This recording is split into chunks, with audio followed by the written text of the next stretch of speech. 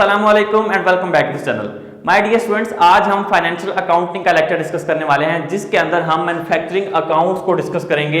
अब आप पूछेंगे मैन्युफैक्चरिंग अकाउंट्स क्या होते हैं, तो जैसे कि आपको पता है कि हमने कॉस्ट ऑफ गुड्स सोल्ड को कंप्लीट करना है, कॉस्ट ऑफ गुड्स सोल्ड समझनी है, कॉस्ट क्या होती है, किस तरह से निकालते हैं, मैन्युफैक्चरिंग कैसे करते हैं प्रोडक्ट की, कितना खर्चा आता है, किस तरह से हम अपनी प्रोडक्ट्स को प्राइसिंग करते हैं, ये सब कुछ जानने के लिए हमें सबसे पहले मैन्युफैक्चरिंग अकाउंट्स को जानना होगा। इसमें बहुत सारी चीजें मैं आपको बताने वाला हूं, जिसमें हम टाइप्स पढ़ेंगे बिजनेस की कि कौन कौन सी टाइप्स हैं, कितनी तरह के सर्विसेज बिजनेस होता है, ट्रेडिंग बिजनेस होता है, इस सब को हमने डिस्कस करना है। फिर cost element, direct material, direct labour, ये सब समझने के लिए, कॉस्ट ऑफ गुड्स सोल्ड करने के लिए आपको सबसे पहले ये थ्योरी समझनी होगी। तो आज हम स्टार्ट करें तो अपने वीडियो को शुरू करते हैं।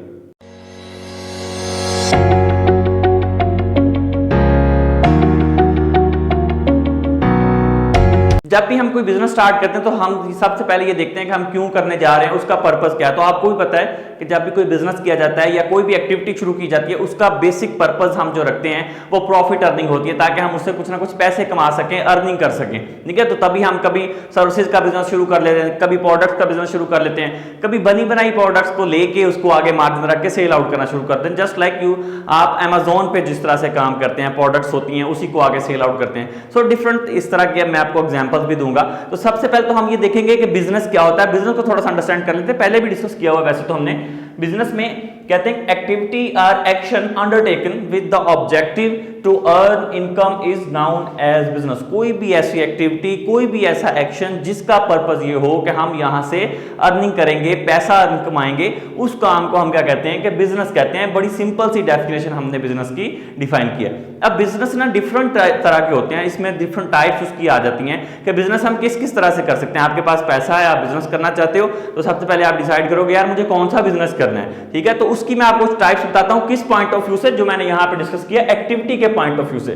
Types of business concern from the point of view of activities, जो एक्टिविटीज हम परफॉर्म करते हैं उस पॉइंट ऑफ व्यू से हम बिजनेस की टाइप्स को देख रहे हैं। ठीक है, नंबर 1 इज ट्रेडिंग कंसर्न। आप ट्रेडिंग कंसर्न भी कह सकते हैं, आप ट्रेडिंग एंटरप्राइज भी कह सकते हैं। ओके, सर्विसेज कंसर्न या सर्विसेज एंटरप्राइज, फिर होता है मैन्युफैक्चरिंग कंसर्न या मैन्युफैक्चरिंग एंटरप्राइज। अब ये तीन तरह के काम किए जा सकते हैं, या तो ट्रेडिंग का बिजनेस शुरू कर लें, या सर्विसेज का शुरू कर लें, या फिर मैन्युफैक्चरिंग का काम शुरू कर लें। तो जब भी हम मैन्युफैक्चरिंग का करते हैं तो उसमें हमें कॉस्ट ऑफ गुड्स सोल्ड भी बनानी पड़ती है। सबसे पहले हम वन बाय वन उनको डिस्कस करेंगे। सबसे पहले डिस्कस करेंगे किसको, ट्रेडिंग कंसर्न को, कि ट्रेडिंग कंसर्न क्या होता है। थोड़ा सा इसका बैकग्राउंड जानते हैं। ट्रेडिंग कंसर्न कहते हैं कि जब भी आप बनी बनाई प्रोडक्ट्स को उठाते हो, अपना प्रॉफिट मार्जिन उसमें लगाते हो और आगे कस्टमर्स को सेल आउट करना शुरू करते हैं। फॉर एग्जांपल, आपने एक बिजनेस, जो कंपनी चीजें बनाती है उनसे प्रोडक्ट्स ली, आपने अपना एक बिजनेस शुरू किया, आपने उस प्रोडक्ट्स को लेके उसमें अपना थोड़ा सा मार्जिन ऐड किया और कस्टमर्स को आपने डायरेक्टली सेल करना शुरू कर दी। ठीक है, तो अब क्या हुआ, वो ट्रेडिंग कंसर्न कहलाता है। अब इसको थोड़ा सा डिटेल में पढ़ते हैं। इसको हम मैन्युफैक्चरिंग मर्चेंडाइजिंग कंसर्न भी बोलते हैं। कीप इन माइंड दैट, ये एग्जाम के पॉइंट ऑफ व्यू से भी, शॉर्ट के पॉइंट ऑफ व्यू से, कि जो ट्रेडिंग कंसर्न होता है इसको हम मर्चेंडाइजिंग कंसर्न भी बोलते हैं। आपने जर्नल के अंदर जब हमने ट्रांजैक्शन की थी तो मर्चेंडाइज का वर्ड यूज होता है, तो उसका मतलब यही होता है, ये जो मर्चेंडाइजिंग है। ठीक है, also called as merchandising concern, number 1। फिर उसके बाद trader purchase merchandise and sell them in same position ही बॉट। इसको हम क्या कहते हैं कि दीज टाइप्स ऑफ बिजनेस, जिसके अंदर हम ट्रेडर जो है वो मर्चेंडाइज को परचेज करता है और उसको उसी हालत के अंदर उसको सेल आउट कर देता है आगे, किस तरह से, थोड़ा सा अपना प्रॉफिट मार्जिन रख के। इस तरह का जो भी बिजनेस हम शुरू करेंगे उसको हम क्या कहेंगे, ट्रेडिंग कंसर्न करेंगे। जिस तरह आपको बहुत सारे बिजनेस नजर आते हैं रिटेलिंग के, आपने देखा होगा प्रोडक्ट्स स्पेशली कोई भी बिजनेस हो सकता है, शूज का कर लें आप, किसी भी तरह का, उसी तरह की प्रोडक्ट्स होती हैं, सेम आप उसी को आगे मार्जिन रख के सेल आउट करना शुरू कर देते हो। नंबर 1 तो हमारा यहाँ पे ट्रेडिंग कंसर्न कंप्लीट हो गया। अब बात करेंगे सर्विसेज कंसर्न की। What is services concern. अब सर्विसेज से याद आ गया कि डॉक्टर की सर्विसेज होती हैं, लॉयर की सर्विसेज होती हैं, रिपेयरिंग की सर्विसेज होती हैं। ये डिफरेंट तरह की सर्विसेज आप लेते हो। आप प्लम्बर की कोई सर्विसेज ले रहे हो, आप डॉक्टर की ले रहे हो, लॉयर की ले रहे हो, ठीक है, आप जो है वो डिफरेंट और अदर सर्विसेज ले रहे हो। तो वो वाला जो भी बिजनेस आप करोगे उसको हम क्या कहते हैं कि सर्विसेज कंसर्न होता है। इसके अंदर ना तो कोई प्रोडक्ट बना रहे हो, ना ही आप उसको, आप सिर्फ अपनी सर्विसेज सेल कर रहे हो। तो इसकी इनकम स्टेटमेंट, फाइनल अकाउंट जो है वो बहुत ईजी होते हैं, सिंपली बन जाते हैं। इसके कुछ एक्सपेंसेस वगैरह आते हैं, उसको हम लगा के इसका फाइनल अकाउंट बनाते हैं। सबसे मुश्किल या सबसे जिसको कह लेंगे लेंथी जो है वो हमारा मैन्युफैक्चरिंग कंसर्न होता है, जिसमें हमने रॉ मटेरियल से फिनिश गुड बनानी होती है। इसको पहले डिस्कस करते हैं। It is a type of business which is engaged in rendering services to the people such as lawyer, dry cleaner, service station, repair shops, ये वाली जितने भी सर्विसेज हैं ये सारी सर्विसेज कंसर्न के अंदर आ जाती है। इस तरह का बिजनेस को हम सर्विसेज कंसर्न कहते हैं। क्लियर है? फिर हमारे पास है manufacturing concern, the most important thing जिसके अंदर हमने CGSP बनाना है।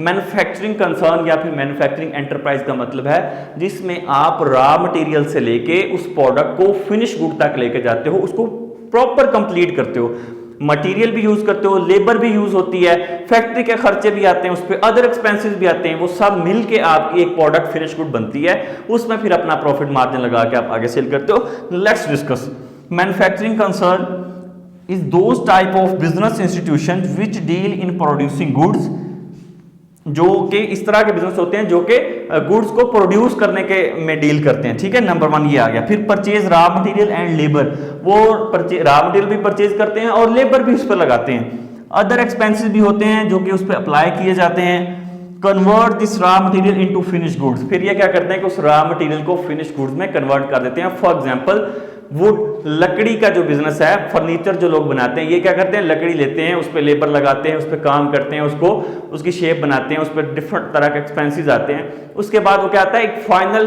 चीज तैयार होती है जो कि आपके पास फर्नीचर की शेप में बन जाता है। इस तरह का कोई भी बिजनेस किसको कहेंगे, उसको हम मैन्युफैक्चरिंग कंसर्न कहेंगे। या जितनी भी कंपनीज शूज बनाने वाली है, कुछ और बनाना, साइकिल्स, बाइक साइकिल्स, कार बनाने वाली इंडस्ट्री जो है, ये सारी की सारी क्या है, ये मैन्युफैक्चरिंग कंसर्न की हम बात करें। अब हम जो देखने जा रहे हैं वो डिफरेंस देखेंगे मैन्युफैक्चरिंग कंसर्न का और ट्रेडिंग कंसर्न का, कि ये किस तरह से आपस में ये डिफरेंट है। Difference between trading and manufacturing concern सबसे इंपॉर्टेंट है। अब हम इसको इन डेप्थ देखेंगे कि ट्रेडिंग कंसर्न मैन्युफैक्चरिंग कंसर्न से किस तरह से डिफरेंट है। तो सबसे पहले उसके पॉइंट्स को देख लेते हैं कि सबसे जो पहला पॉइंट है वो है नेचर ऑफ परचेज। परचेज की नेचर ट्रेडिंग कंसर्न में क्या होगी और मैन्युफैक्चरिंग कंसर्न में क्या होगी। Let's discuss nature of purchase. जब भी आपने चीजों को परचेज करना है इन द ट्रेडिंग कंसर्न, तो क्या करते हैं, आपको रेडी शेप के अंदर चीजें मिलती हैं और आपने उसको आगे फर्दर सेल कर देना। Business purchase merchandise in a ready shape to be sold. For example furniture, bicycle, car, कुछ भी, ठीक है, कोई भी प्रोडक्ट ऐसी जो बनी बनाई शेप में आप रिसीव करते हैं, उसका थोड़ा सा मार्जिन रख के आगे सेल कर देते हैं। तो नेचर ऑफ परचेज क्या हुई कि बनी बनाई चीज आपको ट्रेडिंग कंसर्न के अंदर मिलेगी। ऑन द अदर हैंड हमारे पास क्या है, manufacturing concern. Manufacturing concern use labour and machinery to convert material into finish good. इसमें हमारे पास क्या होता है, जस्ट रॉ मटेरियल होता है। फॉर एग्जांपल फर्नीचर ही ले लेते हैं, हमारे पास क्या होगा, लकड़ी होगी, रॉ मटेरियल। उस रॉ मटेरियल पे हम क्या अप्लाई करेंगे, हम उसको कन्वर्ट करेंगे इस रॉ मटेरियल को फिनिश गुड्स में। इस पे आप लेबर लगाओगे, इस पे एक्सपेंसेस होंगे, फैक्ट्री ओवरहेड लगेगा, वेजेस आएंगे, ठीक है। तो ये फिर क्या बनेगी हमारे पास, फर्नीचर फिर जाके बनेगा, फिर फिनिश गुड्स होगी। तो इस तरह की इंडस्ट्री को क्या हम कहेंगे, मैन्युफैक्चरिंग कंसर्न कहेंगे। फर्स्ट पॉइंट आपको क्लियर हो गया होगा। सेकंड पॉइंट में है हमारे पास नेचर ऑफ इन्वेंट्रीज। इन्वेंट्रीज की नेचर किस तरह की होती है। अब नेचर की बात करें तो इसमें opening and closing inventory same type की होंगी, एक ही टाइप की होंगी। मतलब जिस तरह से आपने खरीदी थी उसी तरह से आपने उसको आगे बेचनी, क्लोजिंग भी आपके पास उसी तरह की बचेंगी।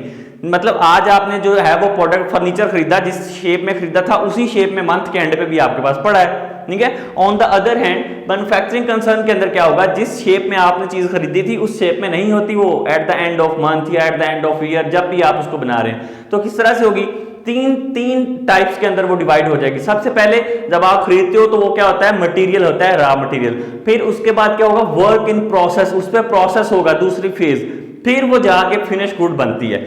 Let's discuss opening and closing inventories are 3 types, raw material, work in process and finish good. इसमें 3 तरह की आपके पास होंगी। इसके अंदर क्या होता है कि एक ही तरह की आपके पास जो है वो चीजें होती हैं, जिस तरह से खरीदी थी उसी तरह की होती हैं। तो हमने दूसरा पॉइंट का डिस्कस किया, नेचर ऑफ इन्वेंटरीज। इन्वेंटरीज किस तरह की होती है, same nature and the different nature. Clear हो गया पॉइंट, शॉर्ट भी लिख लें, मैंने इन डिटेल भी आपको समझा दिया। फिर उसके बाद है determination of sale price. Sale price की डिटर्मिनेशन कैसे होती है। जो प्रोडक्ट आपके पास ट्रेडिंग कंसर्न के अंदर होगी उसमें आपने थोड़ा सा प्रॉफिट ऐड करना है, adding profit to the purchase price. Purchase price के अंदर आप थोड़ा सा प्रॉफिट ऐड करेंगे तो आपकी क्या हो जाएगी, ये प्रोडक्ट तैयार हो जाएगी, ये ट्रेडिंग कंसर्न आपका रेडी हो जाएगा। In case of manufacturing concern आपको क्या करना है कि जो सेल प्राइस होगी is determined by adding profit in per unit cost. एक यूनिट बनाने पे आपको कितनी कॉस्ट आई है, उसके अंदर आप अपना प्रॉफिट मार्जिन प्लस करोगे, फिर उसकी प्राइस, सेल प्राइस आप डिफाइन करोगे। फॉर एग्जांपल इसको बनाने पे मेरा 30 रुपया खर्चा आया है, 30 रुपीज मेरा एक्सपेंस आए हैं, इसके अंदर मैंने 10 रुपया अपना प्रॉफिट शामिल किया, तो ये कितने की एक पीस पड़ेगा मुझे, 40 रुपीज का। इस तरह से हम इसकी प्राइस को डिफाइन करते हैं। जबकि ये जो है, ये पूरी प्रोडक्ट्स हमारे पास जिस तरह से आती है उसमें हम अपना प्रॉफिट मार्जिन ऐड करते हैं और आगे बेच देते हैं। ठीक है, जैसे मैंने ये बनी बनाई चीजें खरीदी हूँ 200, ये मुझे मिली थी, आप एग्जांपल ले लेते हैं 10,000 की, इसमें मैंने कुछ प्रॉफिट मार्जिन ऐड किया और 11,000 की मैंने इसको आगे फर्दर सेल कर दिया। ठीक है, तो ये इस तरह से हम इसको डिफाइन करेंगे। उसके बाद फोर्थ पॉइंट है लेजर रिक्वायर्ड। लेजर क्या होता है कि जो इन डिटेल, हमने अकाउंटिंग में शुरू में पढ़ रखा है कि वो इन डिटेल हम चीजें बनाते हैं, लेजर बनाते हैं उनके हर प्रोडक्ट का, हर चीज का, ठीक है, हर अकाउंट का इन डिटेल, उसको डेप्थ में सीखने के लिए। तो हमारे पास क्या होगा, no extra ledger are made, इसके अंदर हम कोई भी एक्स्ट्रा लेजर नहीं बनाएंगे, क्योंकि सिंपल काम हो रहा होता है ना, तो हमें किसी चीज की जरूरत पड़ती है कि हम एक्स्ट्रा पे जाएं।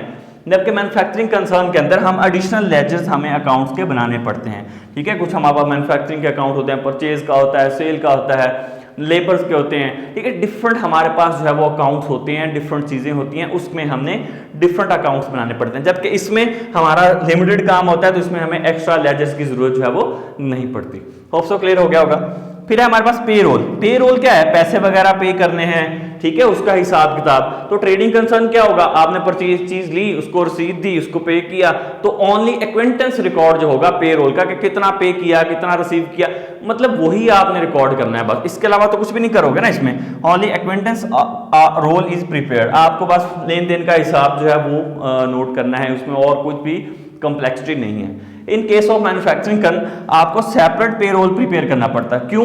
क्योंकि जब मैन्युफैक्चरिंग डिपार्टमेंट अपनी प्रोडक्शन कॉस्ट को बनाता है, तो जो मैन्युफैक्चरिंग पे खर्चा आया वो उसके अंदर डालता है, जो आपका उसको सेलिंग का आया, जस्ट लाइक वेजेस का आया, फैक्ट्री का ओवरहेड के एक्सपेंसेस आए, वो आपके दूसरे अकाउंट्स के अंदर जा रहे होते हैं, एडमिनिस्ट्रेटिव एक्सपेंसेस के अंदर जा रहे होते हैं। तो डिफरेंट आपको जो है वो प्रिपेयर करने पड़ते हैं। फिर इसी तरह से इनडायरेक्ट कॉस्ट का भी हमें जो है वो अलग से बनाना पड़ता है। ठीक है, इनडायरेक्ट लेबर और इन चीजों का वो अलग से हमें सेपरेट लेजर बनाना पड़ता है। तो हम इसलिए कहते हैं कि सेपरेट पे रोल इज प्रिपेयर्ड। वेजेस और की जो सैलरी जाती है, लोगों की सैलरीज वगैरह, वो डिफरेंट डिपार्टमेंट देता है, जो मैन्युफैक्चरिंग पर खर्चा आता है वो डिफरेंट डिपार्टमेंट करता है। तो सेपरेट लेजर प्रिपेयर होता है, इसमें ऐसा कुछ नहीं होता।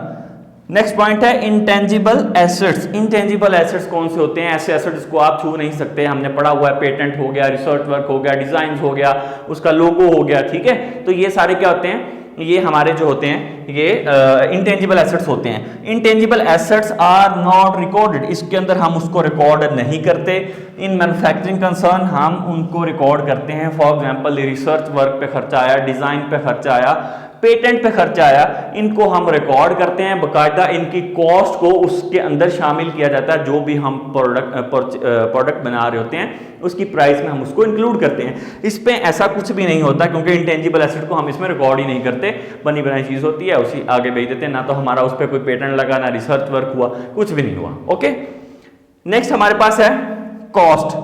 कॉस्ट क्या होती है? अब इसको ट्रेडिंग कंसर्न में अगर देखें तो difference of cost and expenses is not made. हम जो है वो ट्रेडिंग कंसर्न के अंदर ना कॉस्ट का और ना ही एक्सपेंसेस का डिफरेंस नहीं करते कि कितनी कॉस्ट लगी, कितने मेरी एक्सपेंस आए, क्योंकि हमने तो एज इट इज चीज उठाई थी, उसमें हमने कॉस्ट जितनी मिली हमें उसमें प्रॉफिट ऐड किया और सेल कर देनी है। मैन्युफैक्चरिंग के अंदर हमने अपनी प्रोडक्ट को खुद से तैयार करना है, इस वजह से हम ये देखेंगे कि हमारी कॉस्ट कितनी लग रही है इस प्रोडक्ट पे, एक्सपेंसेस कितने आ रहे हैं, और हम उसकी कॉस्ट रख कितनी रहे हैं, कितने की आगे उसको सेल आउट कर रहे हैं। So proper distinction is made between cost and expense. इसमें प्रॉपर डिस्टिंक्शन की जाती है कि मेरे इस प्रोडक्ट को बनाने पे 30 रुपए खर्चा आया है, तो मैं इसके जो है वो कितनी कॉस्ट रखूंगा, कितने की मैं इसको बेचूंगा। इसमें इस तरह का कुछ भी नहीं होता, इसलिए एक्सपेंसेस को हम इसमें कॉस्ट और एक्सपेंसेस के डिफरेंस को हम यहाँ पर रिकॉर्ड नहीं करते या इसको मैटर नहीं करते। फिर नेक्स्ट है हमारे पास फिक्स्ड एसेट, जो कि 8th नंबर है। ये क्या हो सकता है? Smaller in number, no separate ledger is maintained. Fixed assets ऐसे एसेट्स जो हमारे पास फिक्स होते हैं, मशीनरी लाइक इस तरह के, तो इसमें हमारे पास जो ट्रेडिंग कंसर्न है इसमें हमारे पास लेस एसेट्स होते हैं फिक्स्ड, इसलिए हमें कोई ऐसी खास जरूरत नहीं पड़ती कि हम उसको रिकॉर्ड करें। जबकि मैन्युफैक्चरिंग कंसर्न के अंदर हमें जो है वो इंटेंजिबल एसेट्स को रिकॉर्ड करना पड़ता है, प्रॉपर उसको हम रिकॉर्ड करते हैं। और उसी तरह से for example proper ledger large in number separate ledger बनाए जाते हैं। एक तो जो फिक्स्ड एसेट्स हैं वो लार्ज होते हैं, तादाद में ज़्यादा होते हैं, और उसके लिए सेपरेट लेजर हमें बनाना पड़ता है, हमें रिकॉर्ड करने पड़ते हैं, क्योंकि वहीं पे हमारी प्रोडक्ट तैयार हो रही होती है, मशीनरी होती है, प्लांट्स होते हैं हमारे पास बड़े बड़े। जबकि यहाँ पे तो हमें किसी चीज़ की मशीनरी वगैरह की जरूरत नहीं, सिंपल फिक्स्ड एसेट्स होंगे हमारे पास, उन्हीं चीज़ों की जरूरत पड़ती है और उसी को हम आगे लेके चलते हैं। तो ये जो हमने डिफरेंस क्लियर किया है, आप इसको अच्छे से नोट कर लें, difference between trading and manufacturing concern का। ये जो सारे पॉइंट्स हमने डिस्कस किए हैं, ये वो पॉइंट्स हैं जो बहुत इंपॉर्टेंट है, जो इसको डिफरेंशिएट करते हैं कि हमारे मैन्युफैक्चरिंग कंसर्न और ट्रेडिंग कंसर्न के अंदर डिफरेंस बेसिकली क्या है। तो जो हमने cost of goods sold prepare करनी है, वो हमें ज़्यादा इस चीज़ में हेल्प करती है मैन्युफैक्चरिंग कंसर्न के अंदर, स्टार्ट से लेके हम अभी इसमें और भी बहुत सारी चीज़ें डिस्कस करेंगे। आज तो हम यहीं पे लेक्चर को वाइंड अप करेंगे, नेक्स्ट में हम देखेंगे मटेरियल्स क्या होते हैं, लेबर क्या होती है, ठीक है, फिर फैक्ट्री ओवरहेड्स को देखेंगे, इन चीज़ों को अलग अलग डिस्कस करेंगे। जब हम इसकी थ्योरी कंप्लीट कर लेंगे, फिर हम क्या करेंगे, फिर हम कॉस्ट ऑफ गुड्स सोल्ड बनाएंगे, फिर हम फाइनल स्टेटमेंट्स भी बनाएंगे, ट्रेडिंग कंसर्न में कैसे बनती है, मैन्युफैक्चरिंग कंसर्न में किस तरह से बनती है। आज हमने इसकी ये थ्योरी डिस्कस की है, नेक्स्ट हम direct material, labour, factory overhead, इन चीज़ों को डिस्कस करेंगे। वीडियो अच्छी लगी हो तो चैनल को सब्सक्राइब करें, कॉमेंट करना मत भूलिएगा। Thank you so much for watching.